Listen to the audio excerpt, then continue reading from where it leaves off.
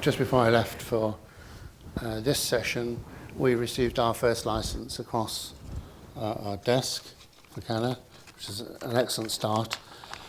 You know who you are, you're in the audience somewhere. You can identify yourself if you want. Before I start, I just want a quick show of hands.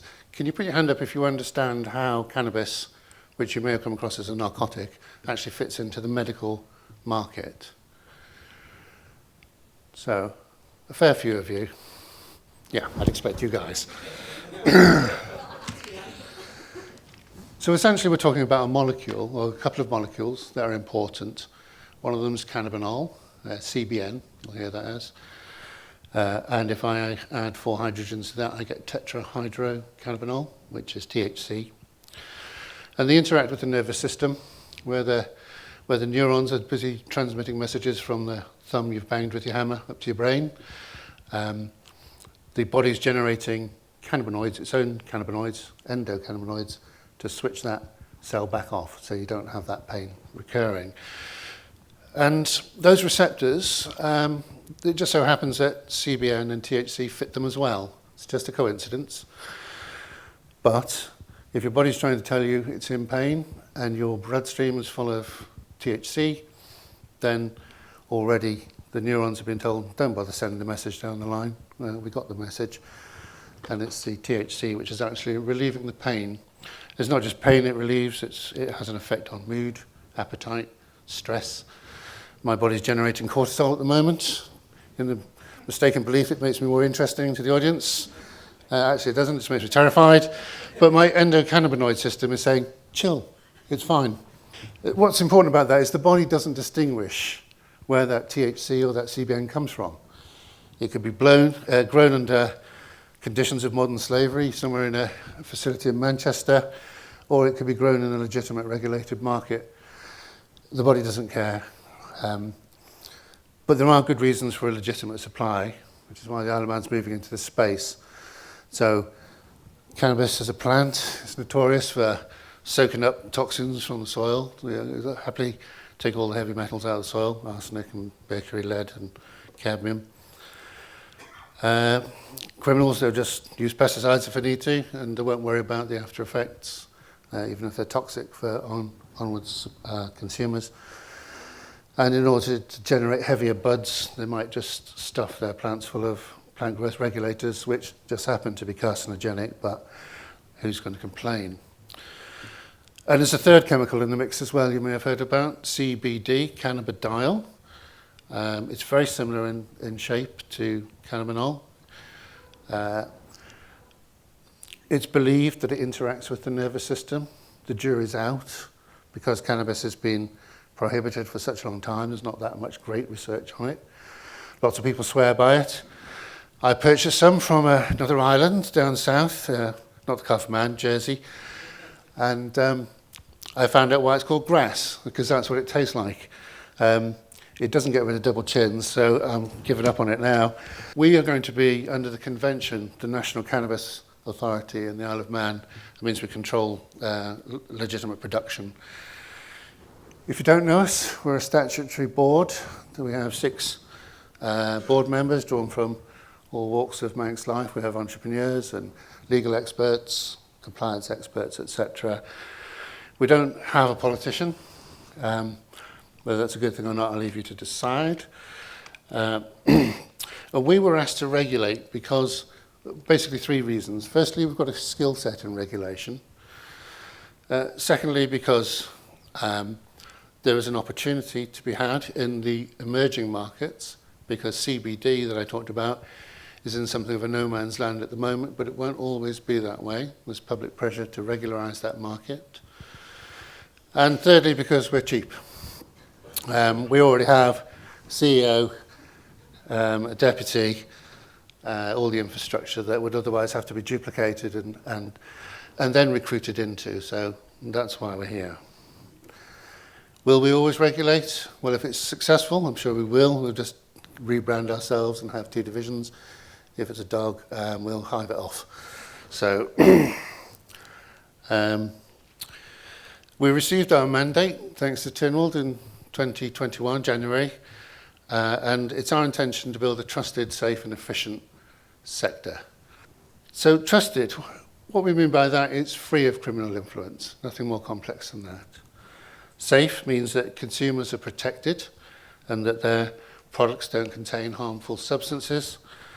And efficient means we're going to build a stable and predictable business environment so that legitimate business can thrive in the Isle of Man, possibly even compete with the black market.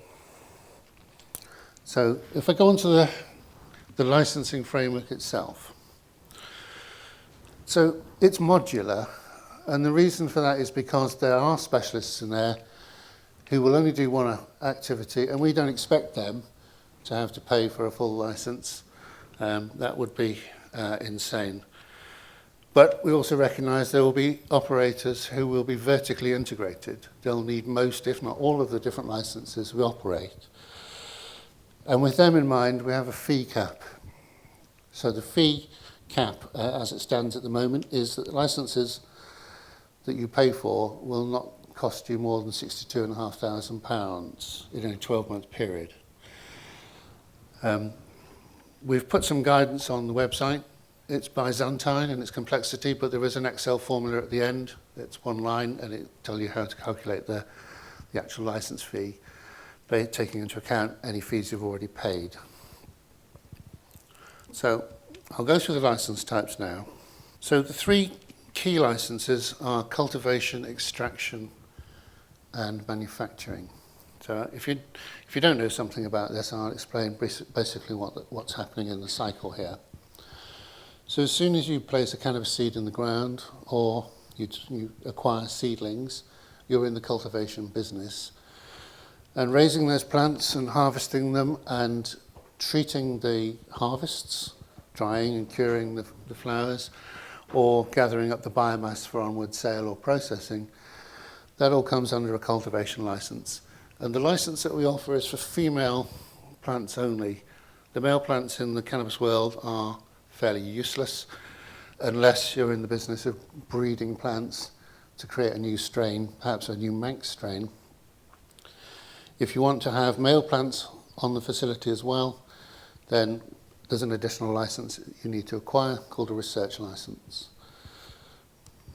Once you've got the biomass from cultivation, it may be that you're selling parts of the plants directly into the what's known as the CBPM supply chain. CBPM stands for cannabis-based products for medicine, and they may either be licensed, as Mark explained. Sativex and Epidiolex are two medicines which have been tested to pharmaceutical standards and GPs can prescribe them, or it may be unlicensed. And when we're talking about licensing here, we're not talking about the GSC, but we're talking about the central medical authority in a given country.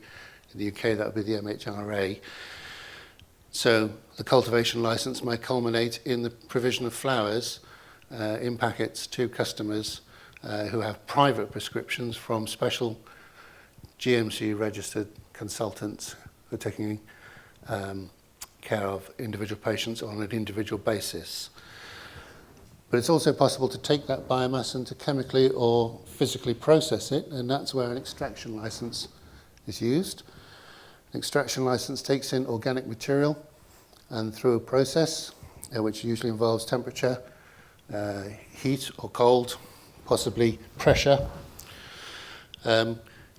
separates the useful cannabinoids from all the other things that are present in the plant. And we will allow our extractors to extract up to the point of purity. So if the first pass on your extraction process creates cannabinoids that you want, plus waxes and chlorophylls and other things that are useless to you, we'll allow you to get rid of those before you sell that product on. And the third license is manufacturing. And for a manufacturing license, you're taking those preparations from extracts and you're turning them into things that might be CBPMs, which in addition to being medicines are also classed as ingredients of medicines. In some markets, and we can't service them at the moment, they could be products for recreation, could be dabs or shatter or diamonds. things of extreme purity.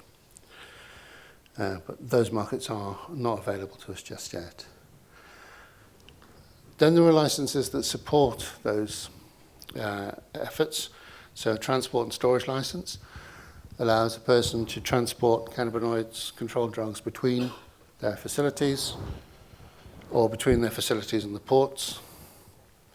And a storage license allows you to store cannabinoids securely, possibly on behalf of others. And then we have a testing license. And the testing license is there to allow you to set up a laboratory that tests on behalf of others. So you'll come into possession of a license for testing. You'll have a substance mailed to you that may or may not contain controlled drugs. Sorry, I'm melting on the lights here. And then if it turns out that it does contain THC, the license protects you from prosecution for possession of controlled drugs. And then finally, we have an import and export license. So the export license is where we will put our safety checks for consumers. And the import license, we may test what's coming in because it may come in as low-grade biomass, but we just want to be sure what that actually is. Just to be clear, if your business is doing the paperwork for import and export, you don't need a license. If you're actually handling and possessing cannabis, then you do. Our enforcement and compliance objectives. We've essentially got two risks to manage. There's the diversion risk, which is the risk that criminals will obtain cannabis that's been produced in the Isle of Man. And we'll manage those risks through a mixture of internal and external security arrangements, controlled destruction, and track and trace systems which we can use to audit product as it passes through the system. Our second risk that we want to manage is consumer safety. So if a customer is non-commercial in nature, so that could be a patient receiving a prescription through the mail, then we will have a system of testing to make sure that that product that's going out doesn't contain heavy metals or traces of toxins from fungus or pesticide residues. So those are the ways that we'll protect the consumers. And the way we'll do that is fairly standard regulatory fare. We'll operate entry controls for people who want to be part of the sector, and then we'll supervise them. So it's a fairly complicated slide. I'm not going to crawl through the text. Basically, it boils down to three things: people, money, and activity. So for the people, we'll check their integrity and their competence. For money, we'll check where it's come from and that it's adequate. And for activity, we'll be interested in the route that you have to market. So in terms of applications, they can come directly from an applicant, or they can go through an agent, through a CSP or a lawyer. And the process will be essentially this. We'll take the application and we'll process it. And the application will essentially be a plan with various attachments. And then that plan will go in front of our board, and if it's approved, then that application will be approved in principle. And there's no application fee, so there will be a time limit to that application in principle. Say, if we think that you're going to take 6 months to get up to speed, then that's how long we'll give you a license, your approval period for. If you change that plan, you'll need to get approval from us again. And then when you're ready to license, or whenever that deadline elapses, whichever happens earlier, then you'll acquire the license, and then you'll fall under supervision. So we believe that the safest regulated markets arise from communal efforts, cooperation between regulator and the regulated. So if you have questions, you must ask us. If we don't know the answer, we'll formulate a position on it, and we'll do that in a way that you can rely on it in future business. If you have doubts, you can ask us. Issues are better solved before they turn into mutual problems. And if you want reassurance about how we go about doing our regulatory craft, or whether your systems will match with ours, then we're happy to demonstrate what we do.